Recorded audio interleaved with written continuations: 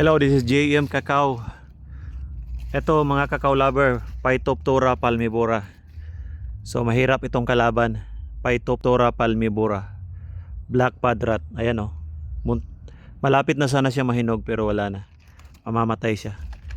So galing po ito sa ulan. Research nyo na lang Phytophthora palmivora or pod rat in cacao.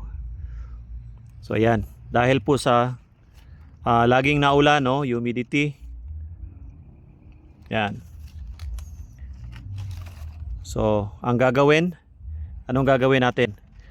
Clean this one, no. Tapo natin 'to, ibaon sa isang lugar na hindi na siya makahawa. Yan, tanggalin natin. Pangalawa, linisan talaga. So, kung mag-harvest tayo, tanggalin natin lahat sa farm, no. Huwag tayong magbiak sa farm, mag-harvest tapos nandun lang lagi. Ayun, kukunin ko yun kasi mahahawa-hawa na yan. Pag nandyan lang yan, tinapon mo, katulad doon sa Eden na pinuputahan ko, kaya nagkahawa-hawa, dumadami yung pathogen. So yan, soil-borne pathogen, sabi ng research natin. So, from the rain. Then tapos sa sanitation, tatanggalin lahat ang mga infected. Then mag-i-spray tayo. Magpo-pruning tayo sa airflow, sun penetration. Kailangan meron sun penetration, hindi siya kulob ang area.